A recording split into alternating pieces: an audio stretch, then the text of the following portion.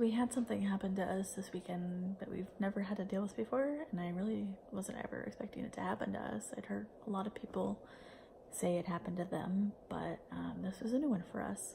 So on Friday, when I picked up my boys from daycare, my youngest, who is about 16 months, wasn't feeling great, but he was okay. He had a little bit of a fever, and so I brought him home, gave him the Motrin, and tucked him into bed early, and he was just kind of moaning and groaning. And our middle child had just gotten over an ear infection and was finishing up his antibiotics.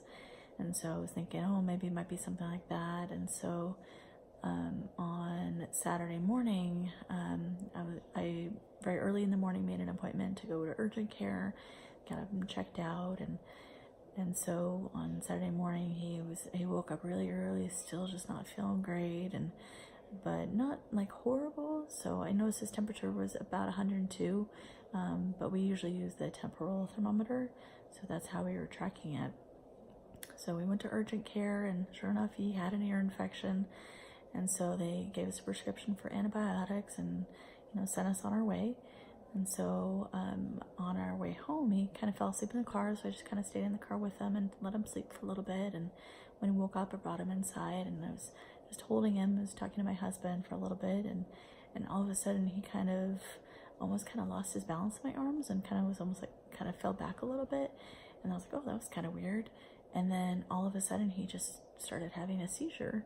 I've never seen one in person before, and it was a febrile seizure, and it was just shocking to me, and I started panicking. I was like, what's happening? I don't know. And the look on his face, he was just like you could tell he didn't know what was going on. He was so confused, and he couldn't move, and he was so scared. And only at 16 months, they can't communicate as it is. It's really hard. So it was really scary. And then he started turning blue. He started not breathing. So we quickly grabbed him and put him on the couch and laid him on his side. So, tried to open his airway, and he had another febrile seizure. So we quickly grabbed our phones and called 911. I was panicked, and it was so frantic and didn't even know what to do.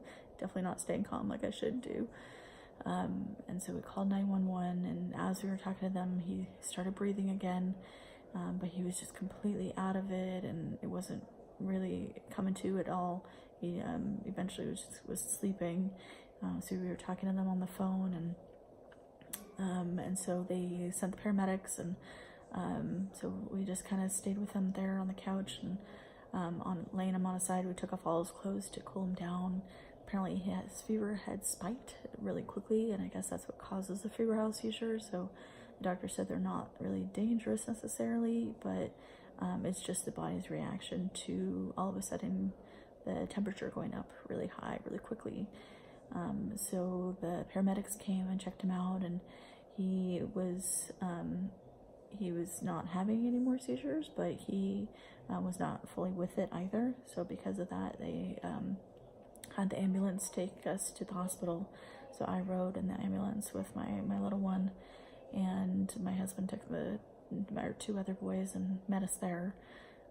So the whole ride, he was mostly crying and screaming, and thankfully he was a little more alert, but he just was, you could tell there's something just kind of off. And so we got to the hospital, and they checked his temperature rectally, which apparently is the best way to check it, so I will definitely be doing that from now on.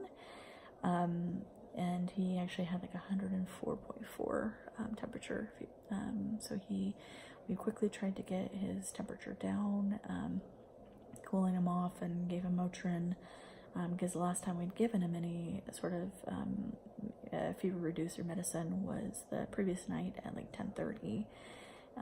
Because I had purposely not given him in the morning, because when you go to the doctor and then they're like, oh, I'm feeling fine, so I tried not to give it to him right then, but I was actually on my way to go give it him more when he started having the seizure. So at the hospital, we worked on getting his temperature down. He was just crying, and he wouldn't leave me at all. Pretty much for more than about 24 hours, he wouldn't let me go. more than unless he was like actually sleeping. I was able to lay him down for a few minutes, but you can tell he's just so scared. And as a parent, that is so scary. And we're so grateful he's okay now, and his temperature's come down, and he's on the antibiotics for the ear infection. Still having some pain from the ear infection. You can tell it still bothers him, and it kind of pulls on his ear, but we're trying to manage it with the Motrin, and it's doing much better, but just so scary to go through something like that.